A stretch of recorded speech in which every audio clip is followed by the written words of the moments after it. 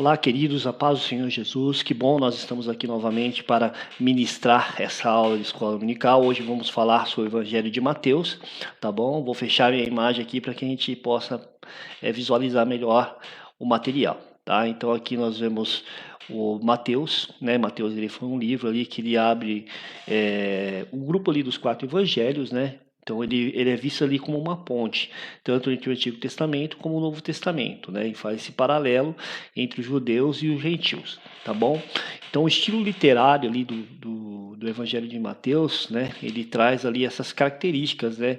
Em relação à cultura judaica, né? Então ele facilita ali aquela transição, na verdade, entre os dois pactos da Bíblia, do Antigo Testamento e do Novo, né? Então Jesus ele fala diretamente, né, do coração dos judeus, porque ele apresenta Jesus, na verdade, como o Messias, tá?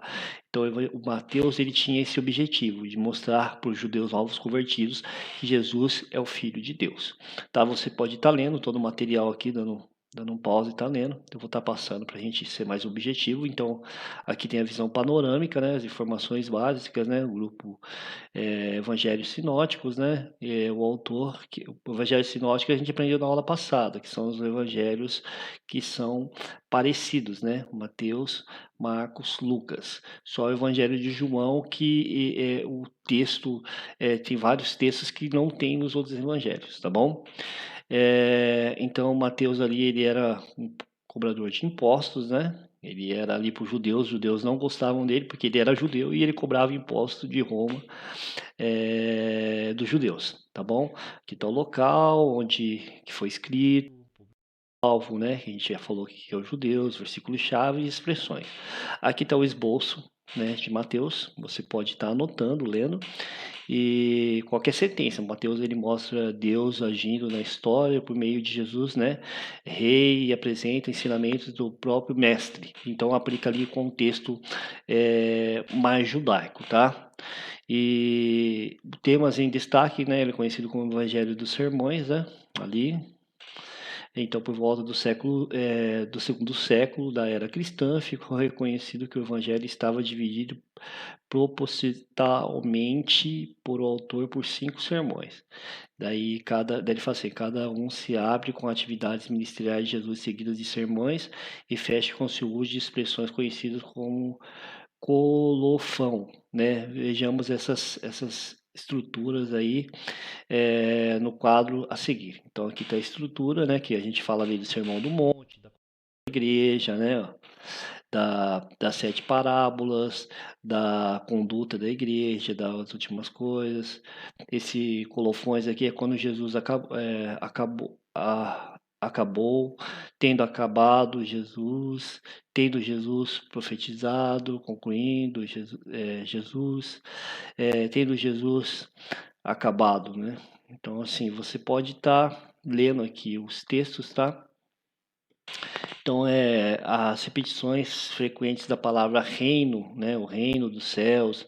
Então, revela ali outro tema importante no registro de Mateus, né? Ele mostra ali que Jesus, ele é rei e ele veio para trazer um novo reino, né? Esse reino dos céus. Então ele ali é para manter essa ênfase, na verdade, né, que o rei que surge, né, da linhagem de Davi, ele começa ali no capítulo 1 mesmo, mostrando que Jesus, ele veio da linhagem de Davi, e o Messias ele ia vir da tribo de Judá e da linhagem de Davi, tá? Você pode continuar lendo aqui o Evangelho da Igreja, né? Então, entre os 4 evangelhos, o escrito de Mateus é o único que apresenta a expressão igreja, né? E em seu conteúdo. Você pode estar lendo lá Mateus 16, 18 e 18, 17. E nas duas vezes são palavras de Jesus trazendo a ideia de que a igreja é como um aspecto do futuro, né? As passagens indicam ali a igreja como o corpo de Cristo. Então o evangelho traz essa expressão da igreja que seria o corpo de Cristo, tá?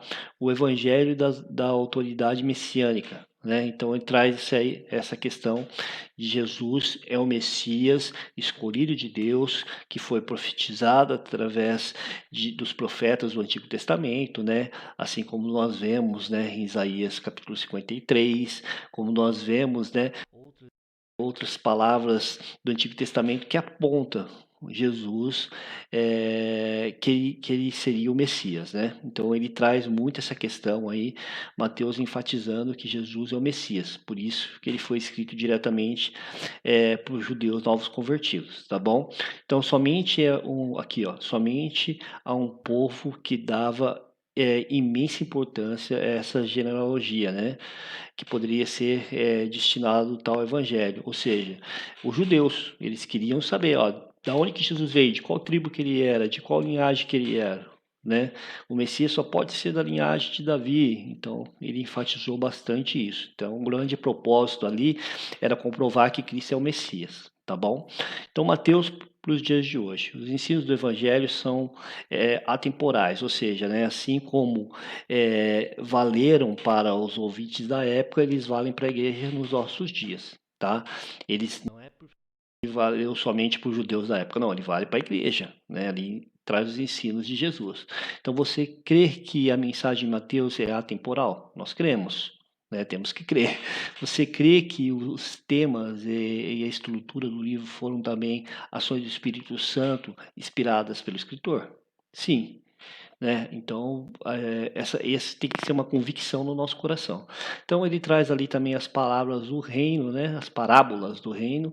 Então, uma clara intenção de Cristo nas parábolas era tornar conhecida e simples o ministério do reino àqueles que estavam prontos para ele.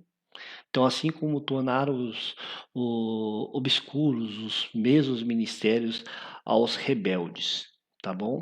Então, ele trazia conhecido aqueles que estavam com o coração aberto para receber Jesus, para receber o reino de Deus, mas aqueles que não queriam um Deus, isso daí trazia confusão para eles, tá bom? Aqui tem um quadro, né, das parábolas, tá bom? Então, Mateus, para os dias de hoje. Você pode estar lendo aqui, viu, querido? Vocês vão dando pausa, vão lendo depois que passar a aula, anota tudo, tá bom? Mateus para os dias de hoje. Que grau de importância você tem dado aos ensinos de Jesus, especialmente nas parábolas? Isso é uma pergunta que ele faz para nós, né? Que grau que isso tem dado de importância? Que testemunho você pode dar sobre elas? Esses ensinos nos aproximam de Deus ou nos afastam dele? Né? Esses ensinos de Jesus nos aproximam de Deus ou afastam dele? A resposta, né, tem que ser com convicção, tá bom? Então, a rejeição ao rei. Então, a maior parte ali do Evangelho de Mateus ele retrata ali, né, na verdade, a trágica rejeição ao rei. Nós vemos ali os fariseus, né, várias narrativas, na verdade, da morte, e também vemos a narrativa da morte e ressurreição de Cristo ocupa 25% do livro, falando sobre isso.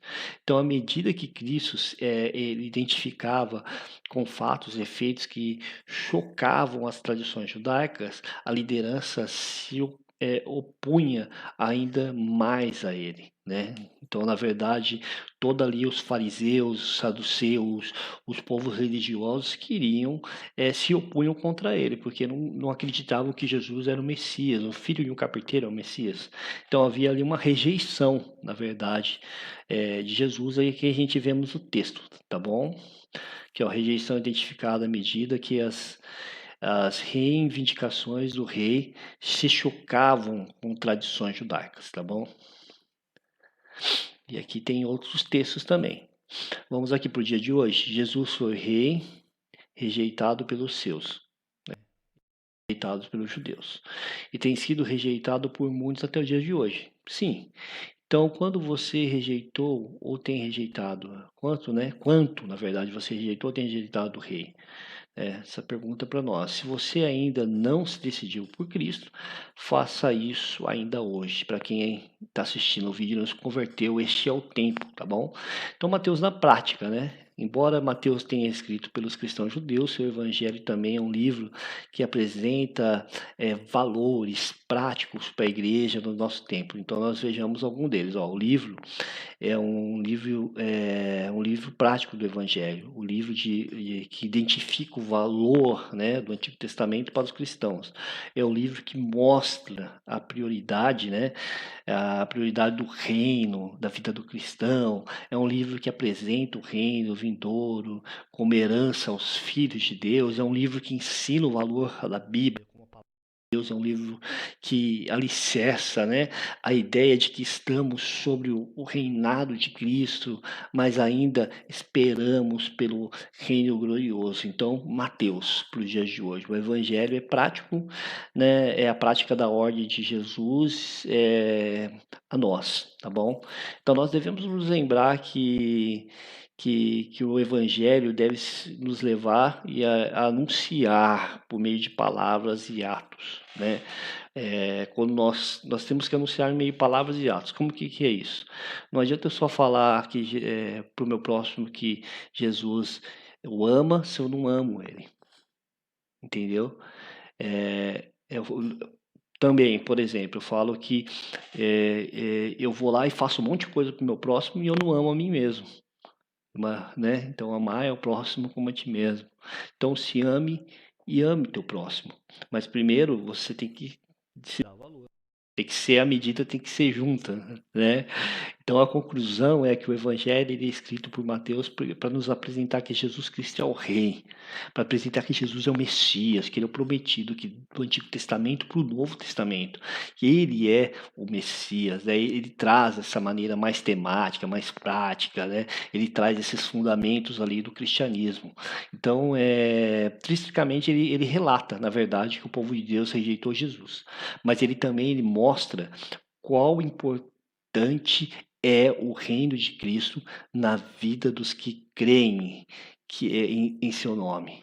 Qual é importante o reino de Cristo na vida daqueles que creem em seu nome? Né? Então, guarde isso no seu coração. Né? Jesus Cristo, ele é o nosso Salvador, ele veio para nos dar vida e vida em abundância.